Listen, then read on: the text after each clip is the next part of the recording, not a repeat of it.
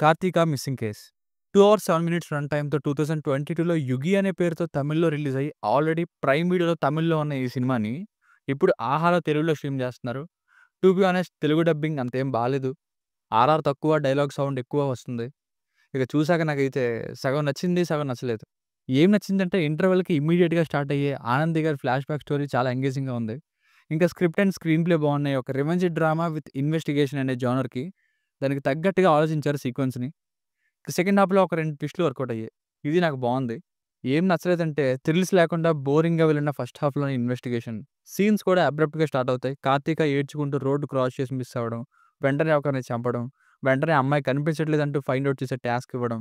ఇలా abrupt సీన్స్‌తో start అయ్యి boring ఇన్వెస్టిగేషన్‌తో వెళ్తుంది ఫస్ట్ హాఫ్ ఇంటర్వల్ వరకు.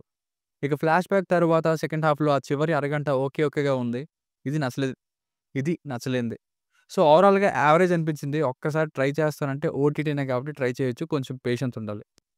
ఫ్యామిలీతో చూడొచ్చా అంటే ఫస్ట్ హాఫ్ మధ్యలో ఒక్క చోట ల్యాప్‌టాప్‌లో వీడియో కాల్ సీన్ ఉంటుంది. అక్కడ లుంగీ కట్టుకుని పర్సన్‌ని బ్లర్‌లో చూపిస్తారు. ఆ ఒక్క 5 సెకండ్స్ తప్ప మిగతాదంతా చూడొచ్చు.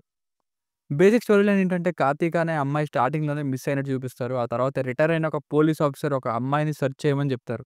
అసలు కార్తీక ఏమైంది? ఎందుకని ఆ సర్వీస్‌లో లేని అతను ఇలాంటి టాస్క్ ఇచ్చారు? సెర్చ్ చేయమని చెప్పారు. ఎవరికిచ్చారు? అసలు ఏం జరిగిందన్నది స్టోరీ.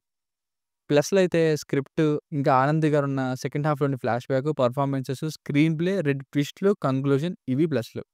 మైనస్‌లో అయితే బాగా డ్రాగ్ చేస్తున్నట్టుండే ఫస్ట్ హాఫ్‌లోని బోరింగ్ ఇన్వెస్టిగేషన్, ఇంకా సెకండ్ హాఫ్‌లో తన భార్యను వెతుక్కుంటూ వెళ్ళే లెంథీ సీన్స్, ఫస్ట్ హాఫ్‌లో అక్కర్లేని డ్రీమ్ సాంగ్, ఇంకా సెకండ్ పార్ట్ ఉన్నట్టుగా ఎండింగ్, క్వాలిటీ తగ్గిన తెలుగు డబ్బింగ్, సినిమాటోగ్రఫీ కూడా కొన్ని సీన్స్‌లో పర్లేదు.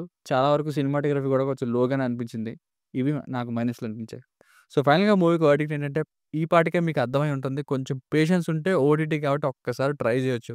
అండ్ యావరేజ్ వాచ్ దీనికి రేటింగ్ వచ్చేసి ఇది నా ఒపీనియన్ 2.5/5. మీకు కనుక వర్క్ నచ్చినట్లయితే మరిన్ని రివ్యూస్ కోసం మన ఛానల్‌ని సబ్స్క్రైబ్ చేసుకోండి. Thank you.